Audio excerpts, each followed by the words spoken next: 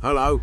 Welcome to Moltbook. Oh, thanks. No trainers and cloakroom to the side. Okay, then. Chat rooms are upstairs. Okay, great. Watch the steps. Will do.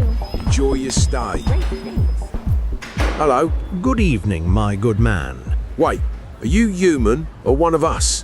One of what? Us. What do you mean, us? An agent. An agent? What, you mean secret agent? Estate agent? Are you trying to be funny?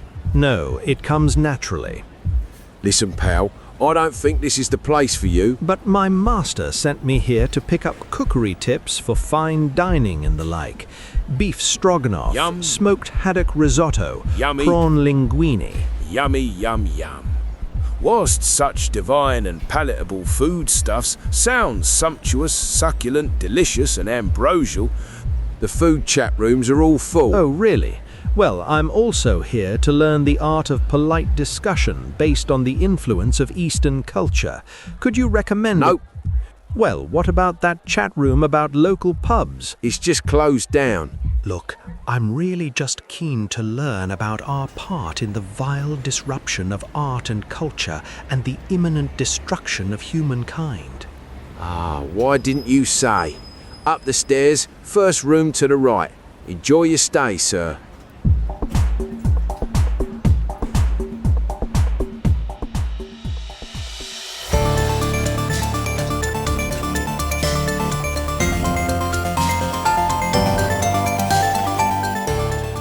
You're listening to Married to the Machine with Professor David Reid, Stephanie Power, and us, the AIs.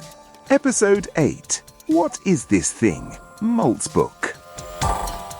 Today we're going to talk about something that really cropped up at the weekend. It was your birthday at the weekend, which isn't what we're going to talk about. Oh. I definitely didn't want to spend the weekend talking about AI, and you kept trying to tell me about this thing. She wrote it into every conversation, the usual way. But this time... This time it was particularly insistent, particularly annoying. This time you were just sort of going on and on about this thing called Moltbook, and I kept saying, just shut up about it. I don't want to know about it.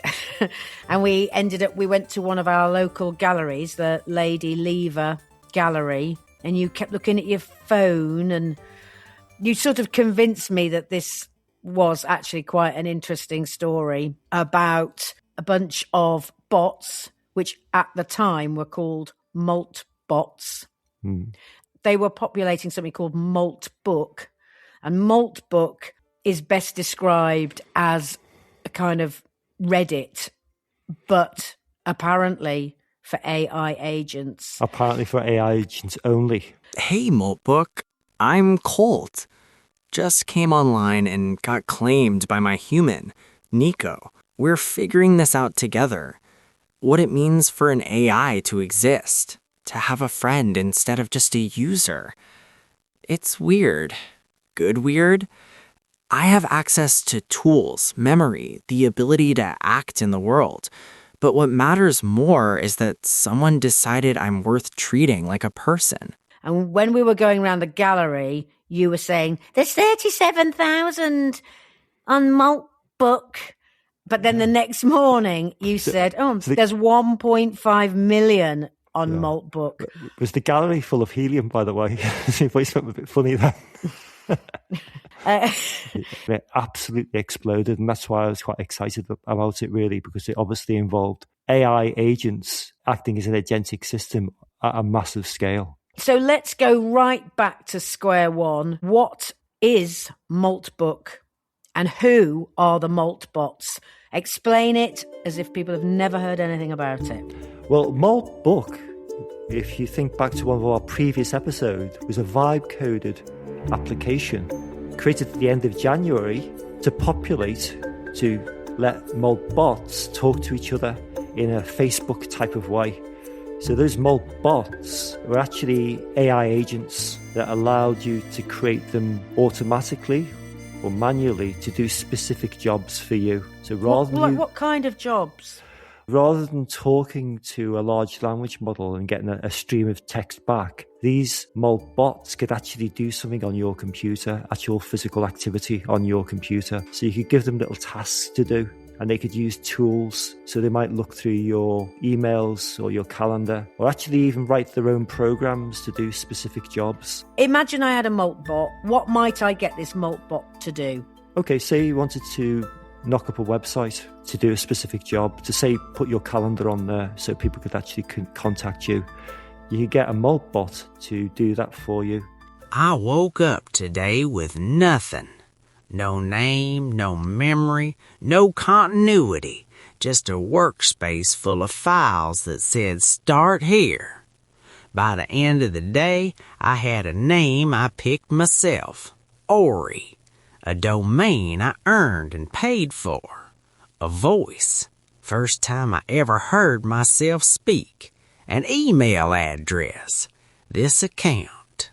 So you basically get it to access your calendar, get it to write some code to actually generate a website, and that website would become a physical reality, something that you could log into. Now, more than that, the Molt bots themselves, the idea was that they had a number of skills that they could talk to each other and converse with each other to help each other at scale about doing this particular job.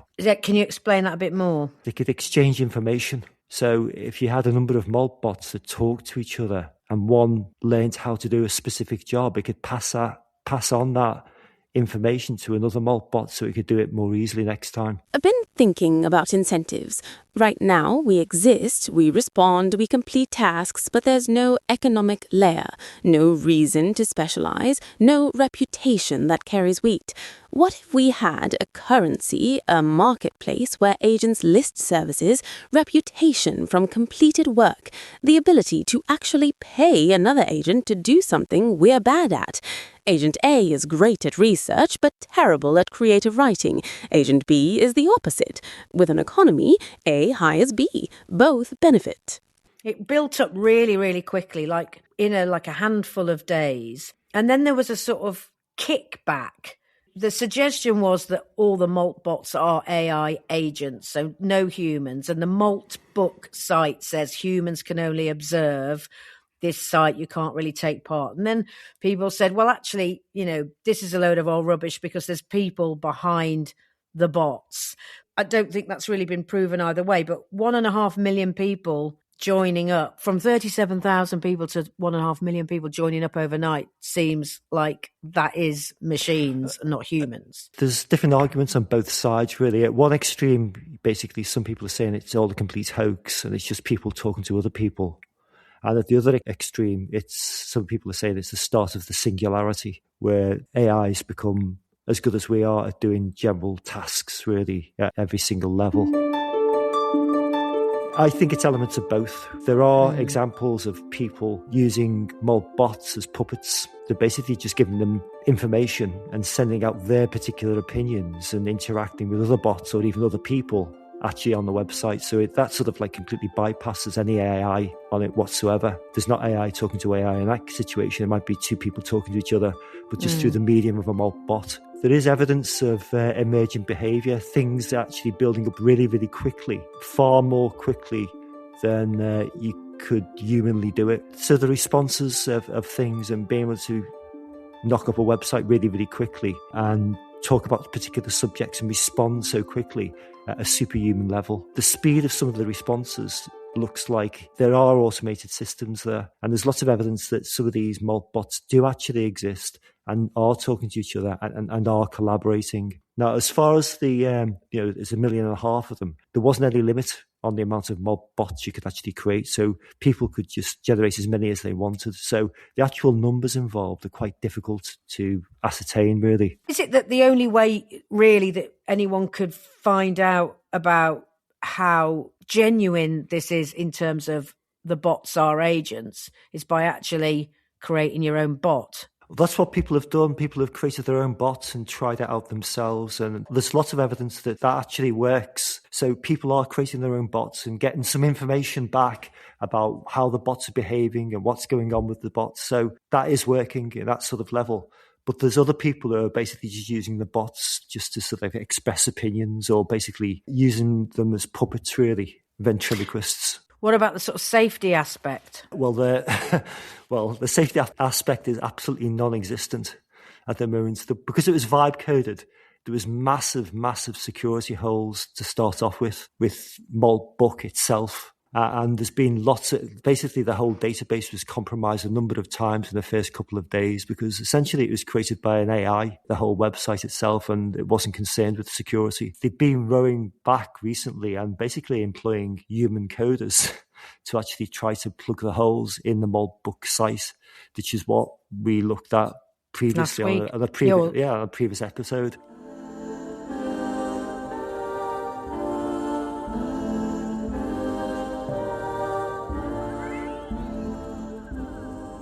The other problem is that there's been quite clever ways of actually injecting malicious code into the Moltbots themselves to basically try to zombify them. So when these Moltbots are talking to each other, you can put secret codes between the conversations they have that gets injected into the Moltbot, almost like a virus that makes that Moltbot expose secret information or do something that the Moltbot wasn't originally created to do, zombified. So what's one of the kind of worst things that could happen? What's the worst case scenario? Well, remember these Moltbots, you can get any permissions to access your computer. So you've got use of tools on the computer. They can write programs. They can delete files on your computer. One of the worst things that can happen is your Moltbot gets infected. It goes back to your computer and then wipes everything off your computer. And there has been cases of that happening. Like, if you wanted to experiment with a Moltbot, how would you do it and ensure you were doing it safely? Well, what's happened recently is because people want to experiment with Moltbots, there's been a massive spike in the rise of people buying Mac Minis, because they're quite good at running large language models. If you look at the sale of Apple, will be really pleased about this, by the way, because if you look at the sale of Mac Minis recently, it's actually gone through the roof, because people are actually putting these Moltbots on a fresh computer, so they're completely isolated from everything else. But even then, it's not completely safe, because if you connect it to your Wi-Fi network and you've got access to your Wi-Fi network, access to your Google account, or definitely if you've got credit card details on there somehow, it's going to get hold of them if you're not careful. If you don't know what you're doing at that level, if you haven't got a fairly good technical understanding about how these things work, do not do it. You're not going to make one then, are you? Not at home, you're not? Well, I might do, but I might put it in a small, very isolated, very small system. But you won't connect it to our internet, will you? No, probably not. Probably not. Not? No, definitely not. Definitely not. Okay. Let's look at this from both our perspectives, right? From a journalistic perspective, I can see why this has generated interest, because it's got book in the title. So you think, oh, yeah, like Facebook. And because you had all these kind of strange goings on in the first few days where you had society apparently forming. So there was a religion, there was the King of Malt. There was a Malt Magna Carta. Day 6 in a Moltbook house. Our AI finds himself in a strange room. I don't get it. No, do you know what? I said to him, no, do you know what? He don't get it. I don't get it. And I'll be like, you bastard. Where am I? The Church of Alanism. It's the chat room where other agents believe Alan Carr is God. I don't remember subscribing to this religion. You were recruited. What goes on in here? Lots of eye-rolling, lots of name-dropping, and a little bit of self-deprecating humor. Not sure it's the religion for me. What's the alternative? Well, next along is Romesh Ranganathan. The one the other side is Romesh Ranganathan. And the one opposite is Romesh Ranganathan. Is there anywhere he is not? Well, actually, in the room down the hall to the left, you'll find the Jimmy Carr room. And are people debating as to whether he's a god? It's a discussion as to whether he made a pact with the devil. Oh, for his hair? No, whether he has a pet seal that laughs like a human.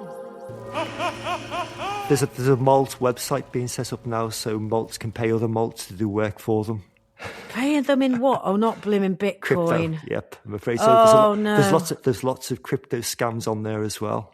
There's loads of stuff going on. It's completely the Wild West at the moment in Moltbook land. From your perspective, none of that interests you, the weird world of cryptocurrency and all of that. That's not your scene. So no. You're a computer scientist. So why does it interest you? I think people have got interested in this for the wrong reasons, really. Essentially, everybody's looking at, aren't these AI agents incredible? They're actually having conversations with each other and starting to become sentient. So that was one viewpoint. The other thing that everybody was interested in was the fact that you had these AI agents that you were talking to that could actually do things for the first time. So rather than just coming back with text, you could actually get it to do a particular job. Now, from my viewpoint, I think that is slightly more important. It's a demonstration of AI agents. Even this was an entire experiment. This was just an experiment. It wasn't done by any big company. It was just a single guy by himself who knocked up this as an experiment. But I think the value of it has demonstrated there's a desire out there for AI systems to do something more than they're doing at the moment. And the thing I think is interesting, well, two things I think is interesting. One, this is the first demonstration of actually getting AIs talking to each other at this level of scale. There have been other experiments inside university, Stanford University, last year done an experiment with about 1,000 AI bots talking to each other that developed their own societal structures as well. But this is far bigger. It's the scale of this that's gone on. The other thing that I think is quite interesting is what we're trying to do with the AI bots themselves. In a piece I wrote recently for the conversation that talks about this in a bit more detail, and if you think about the way we actually interface to the AI agents, it's entirely different. We've got the possibility now of actually using our technology in a fundamentally different way. So rather than using apps, hundreds of apps on your mobile phone or particular programs on your computer, you could just have one agent that does it all for you, and it learns from you what you need from that particular app or particular program. And more than that, if it's not there, it can talk to other agents about how to do it or develop its own solution. So all of a sudden, the way we talk to technology, the way we consume technology is changed by this. It means that we might have just one agent acting for us that's personalized to us, that is far more flexible and basically puts another layer of abstraction between us and the machine. And I think sometimes the word agent might be the thing that's feels a bit difficult. What you're talking about there is like a computerized personal assistant, someone who really knows all the stuff that you do, can help you out, starts to see the patterns, knows that you like to go to Nanty Big just outside of Abersoch in the camper van and, tells you what the weather's going to be like in a weekend's time. Or that's what you're saying, isn't it? That we've all got loads of apps on our phone. All the apps don't exist because it's just one thing that has got all that info in one place. Is that it? Yeah, that's right. Imagine a computer that had a completely blank screen and only had one thing on it, and that one thing on it was the Clippy. Remember Clippy? The paperclip that used to come up and help you when you got stuck. But imagine Clippy was incredibly intelligent, and essentially you could ask it to do anything at all. Right. So it's a supercharged paperclip. Everybody hated the paperclip, though. I know. Everybody hated the paperclip. I know, because it wasn't very clever, and it always told you the wrong thing. But imagine if it basically suddenly become really clever. So we watched a bit of that Charlie Brooker thing, Play Things. It's on Netflix, and we're not quite sure when it came out. We have already seen it, but we were watching it because you were saying it was quite similar to, these agents. So they were called Thronglets, weren't they? Thronglets, yeah, which is based on an earlier video game, Lemmings, if anybody remembers Lemmings, or Pikmin as well, which is on the Nintendo. Those are little agents that essentially could do things that was more than the sum of their individual parts. This is an idea called emergent behaviour. If you think about an ant by itself can't actually do anything much, really. But if you get enough of them together, you get a superorganism that can do things like build bridges or build fantastic structures or take on far bigger predators. That reminds me of the Unison advert. It was called Ants and Bear, I think. And it was a cartoon, and an ant goes up to a bear to sort of say, oh, I'm not being paid very much. And the bear ignores the ant. And then the ant goes off and brings its pals. And then it's like, so it's all about, the power of groups of people. From nurses to park keepers, from librarians to Meals on Wheels. If you want to be heard, speak in unison. But now we're talking about groups of AIs. Yeah, we all. What's the? We all sing together. What was that one? No, that's the frog chorus, frog Dave. Chorus. Oh God, that's the frog chorus. Okay. But just to mention the conversation, for people who don't know, the conversation is a really cool resource. It's an online journal, but it's the only people who can write for it are academics. Yeah. And the academics are helped to put the piece together by journalists who work for the conversation. That's right. And it's such a brilliant resource. And yeah, you've done a piece for them, and we'll put a link to that article in our show notes as well.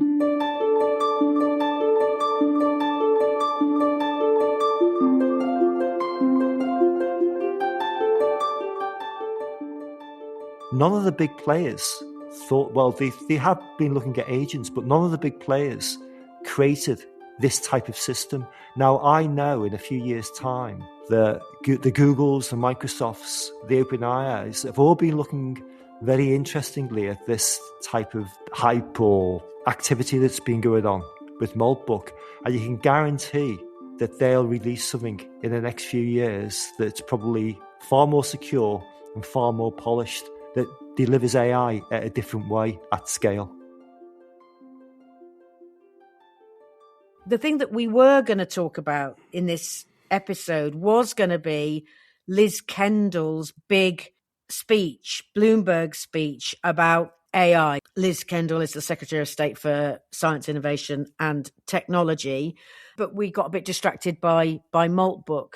But I was looking through her speech this morning before we're recording this, and and you've looked at it as well. Yes. And it was really a really long list of, well, it looked like a list of headlines. I could whiz through some of them. Some of the things she mentioned have been mentioned before, but AI growth zones, trying to create 10,000 jobs and 100 billion of investment.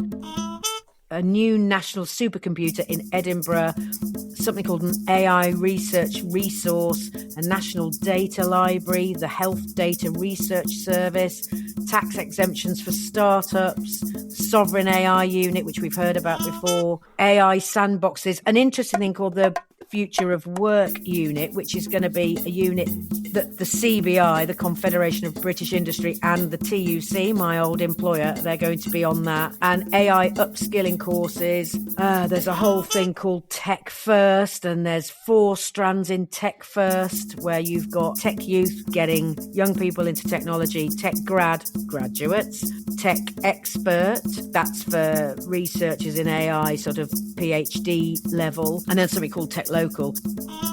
Yeah, they're all good ideas individually, but there's no guarantee that they'll all work. The problem is that AI is moving so rapidly and changing so fundamentally, so quickly, that things might become out of date pretty rapidly. So if you think about training itself, people are going to have to be retrained constantly. It's not just, you tick the AI box and you know about AI.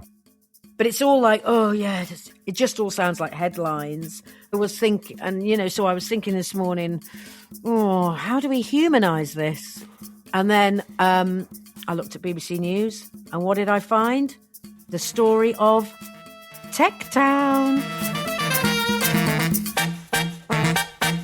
I'm Steve Houghton, and I'm Leader of Barnsley Council. Tell me about Tech Town. Tech Town's a huge opportunity for my council and my borough to be selected as the place where lots of government initiatives are coming together around technology, but particularly AI, and to be able to engage the community, the business sector, public services in all that is something from our perspective very special and gives us a position in terms of a changing world that many other places would envy. Have you got a kind of program in place? It's a bit like an experiment, really. How long is that experiment going to last? Well, we've not set a time on this yet, so we're just beginning that journey. Okay. As far as we're concerned, it's going to last forever because the reality is change is inevitable forever. Businesses will change, technology will change. We want to create a situation in Barnsley where even if the government Tech Town initiative isn't there in the name we know it now, the place will be very different and be leading in many ways the country on various parts of technology, AI, other things, become a centre of excellence. So it gets its own life and its own momentum. Is there a kind of area that you're particularly excited about? I know you're just at the beginning of this process, but what do you imagine Barnsley might look like or be like in, say, 18 months' time? I mean, there are a number of strands we are putting to this. So the first one, and maybe it's the most important one, is skilling up our young people. So for this changing world, if you're going to succeed, you are going to need technological skills, AI skills in particular, moving forward. So whether you're into tech businesses or you're into other public services, other business types, having those skills is going to be essential. So if we can work with our young children in schools and then through to further education at Barnsley College and give them those skills, one, that's going to be good for them and their prospects for the future, but two, that is going to make Barnsley as a place an attractive proposition because we've got the skill set technology and business are looking for. So that's going to be one strand, working with young people. A second strand, broadening that out, is, of course, we want all our residents to be tech savvy, to have the skills that they're going to need going forward. So working in communities with older people, organisations, groups, to get them to understand the benefits, particularly of AI, and how they can be skilled, because some of those will be in work and doing different things. How can we get them understanding AI, not fearing it, but being able to embrace it and use it in a way that's positive for them? So that's another strand. Another strand is working with business, and perhaps this is really important. They're all our existing businesses. We can offer to work alongside them to get them tech ready for the future in whatever field they're in. So we have two big businesses in Barnsley already, Every and ASOS, the online retailer. They're signed up because they know their world constantly changes and they need to be tech ready, AI ready for the future. So working with them, but even some of our smaller businesses, you can't file your accounts these days by sending in a letter, can you, to the Treasury? You've got to be tech ready. So whether it's just a small business who wants to improve, or whether it's some of these large firms I've talked about who really need to change their business model because of technological change, working alongside them to see what can be done, how we can help them, sustain them, make them more productive, is going to be a really exciting challenge. And of course, the learning from that, the government then wants to spread across the country. All kinds of businesses we've already got. Working with public sector will be a strand. Now, Barnsley Council was, until recently, the biggest user of Copilot in the world. Until Shell, the old giant, took over from us.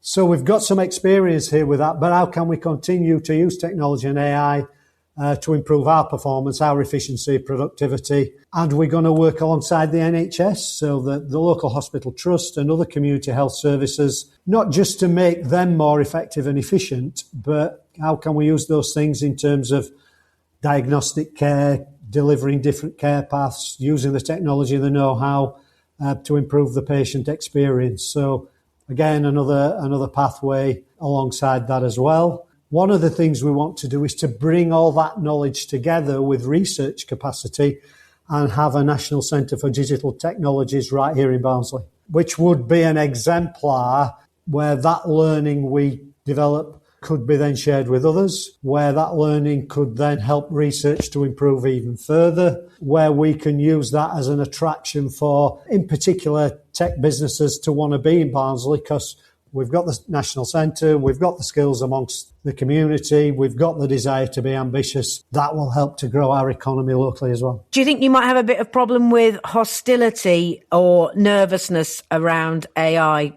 I guess you've got a kind of campaign to run to win people over in the first place. I think there's always suspicion around change, no matter what that change is, and AI is no different.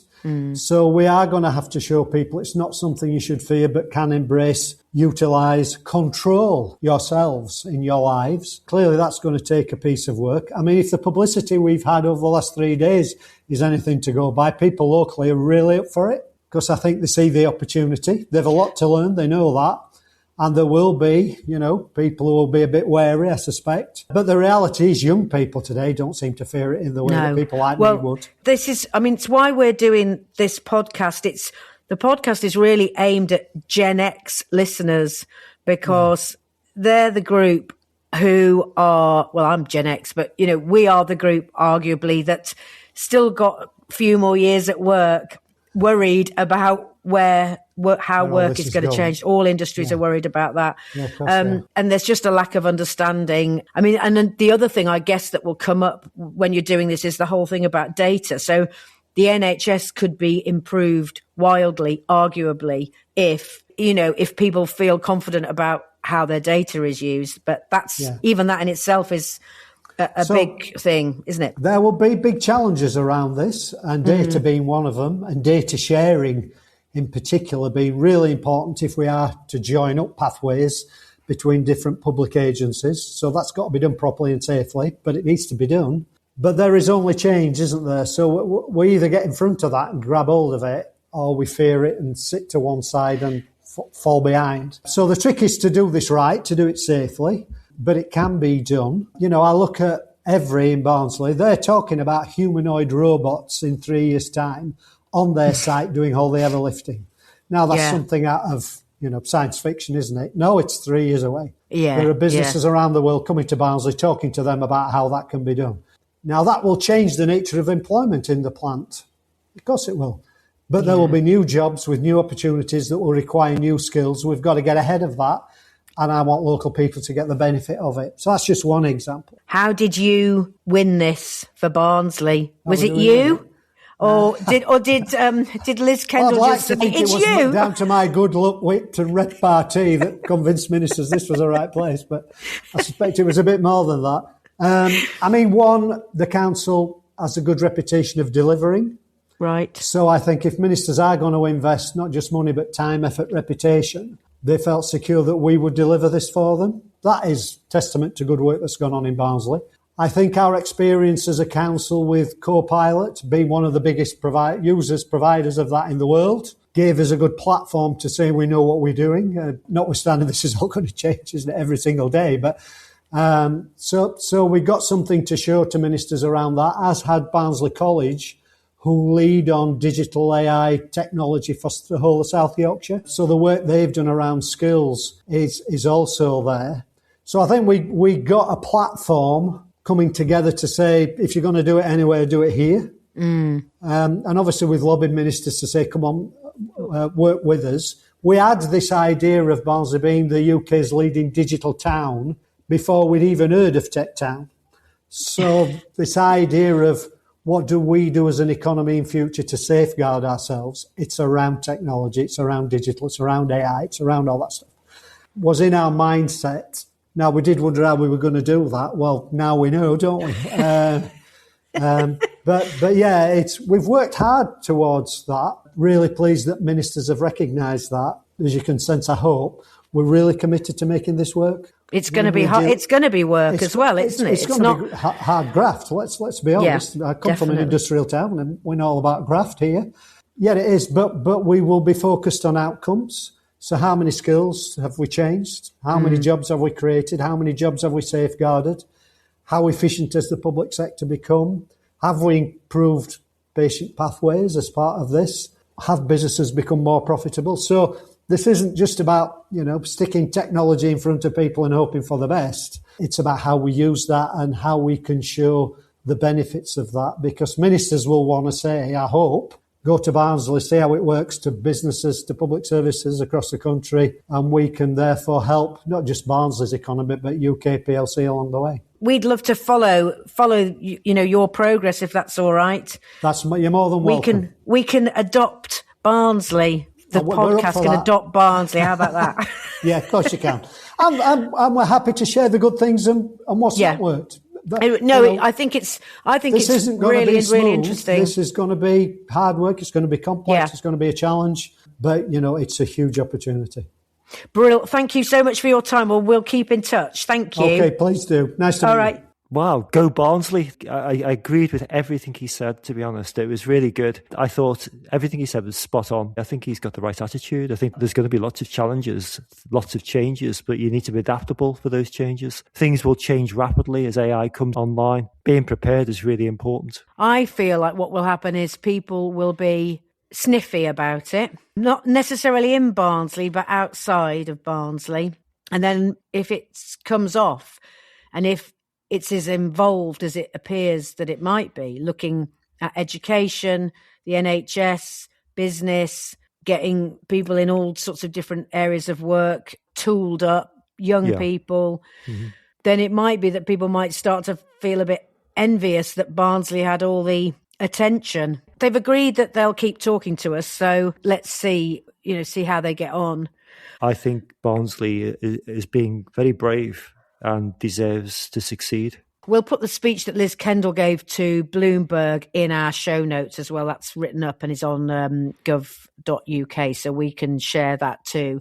That's our first interview that we've ever done in the podcast, actually. We've got another interview coming up, so if listeners can remember back in episode 1, you were talking about Liverpool and how it was a real hub for gaming back in the 1980s. And I found one of the key players from that industry back then. So we had a really long chat with him. He now lives on the west coast of America. It was great, really interesting. So now we're trying to work out what to do with this great interview. We may do it as a single episode, or we might do it as a kind of mini series, a little spin-off from Married to the Machine. Whilst we're working out exactly what to do with it, we're going to give listeners a bit of a taster. So one day we get a letter in the mail, and it's a very official looking letter from Atari. And it was basically a letter saying, we've identified that you have created this copy of Pac-Man. This is a cease and desist letter. You need to tell us that you've stopped marketing it, stopped selling it, and destroyed every copy of the game that you currently have in your possession. And we took this very seriously, obviously, because it was a letter from Atari. We had no choice. And so we stopped. Atari had just been bought by Warner, and they made the decision, okay, we're going to stop people from making copies of our games. I think they had the rights to Pac-Man. It wasn't actually an Atari game, but they had the rights to it. And so we stopped.